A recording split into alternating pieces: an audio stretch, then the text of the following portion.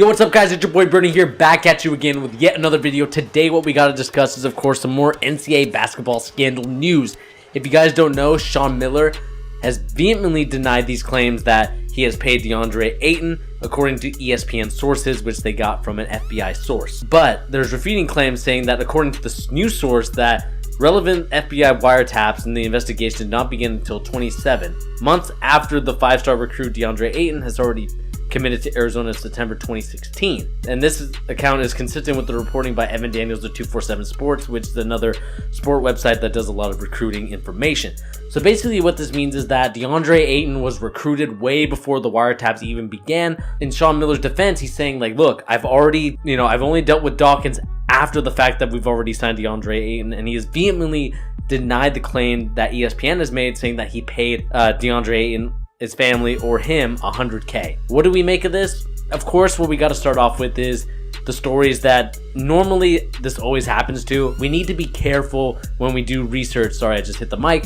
We need to be careful when we do research and when we present information out there to the world, because whatever someone says can be used against them in any way possible. I think we need to be better as a media, and I'm not saying that I am a journalist or anything like that, but to the journalists out there, we need to be very careful on how we word stuff and how we present stuff. I understand in 2018 it's a lot harder to get clicks on articles. It's more relevant to, have media, have podcasts, something where you can listen or see something. I understand. It makes sense that you want to create a clickbaity article or just stuff to get the viewers' attention. But at the same time, we have to do a job and present information factually and to do things the right way, because innocent people can lose their jobs, and it's not going to be good for anybody. It's not going to be good for the coach that loses his job because ESPN puts out a report or Fox Sports puts out a report about a coach and it's found out to be false. Basically, it's like a, oops, sorry, we cost you your job. Sorry, you can't get another one back. That's the stuff that's really going to tick me off as a coach myself, and just as someone that I want it to be fair. Too many times, it's always the court of public opinion that gets companies, that gets people into trouble, and it's never the court of law. If the court of law says you're innocent, then it should be taken that way in some aspects. I'm not saying all aspects, because sometimes the court of law could be wrong. But many times we look at the court of public opinion, we look on Twitter, we look on Instagram, we look on Snapchat, we look on, well, Snapchat not really, RIP Snapchat.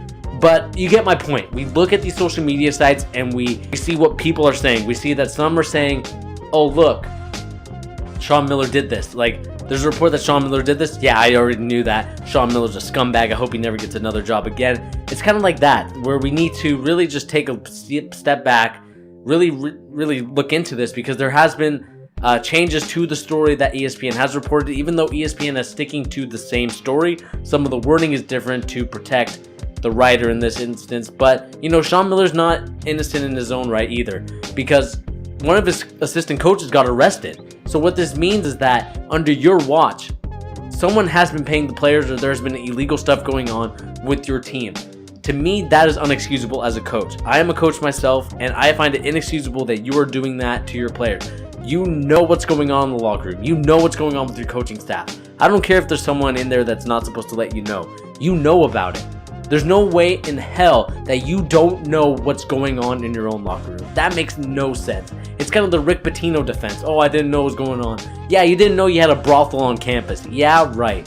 Dude, own up to your mistakes. We need to own up to mistakes. The NCAA is corrupt. There's no way around it. Me and Pete have discussed in a video. If you haven't checked it out, check it out in the annotation above.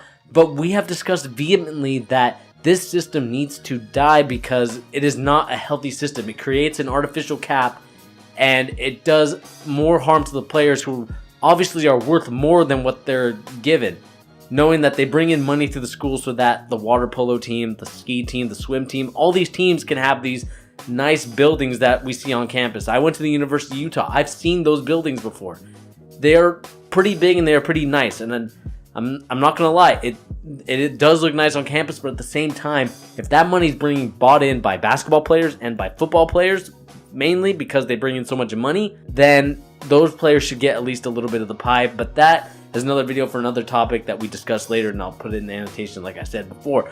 But going back to the Sean Miller thing, If he's proven to be innocent, then ESPN has to come out with an apology to it. And if I'm Sean Miller, I'm probably suing ESPN because this has cost people a lot of jobs doing that.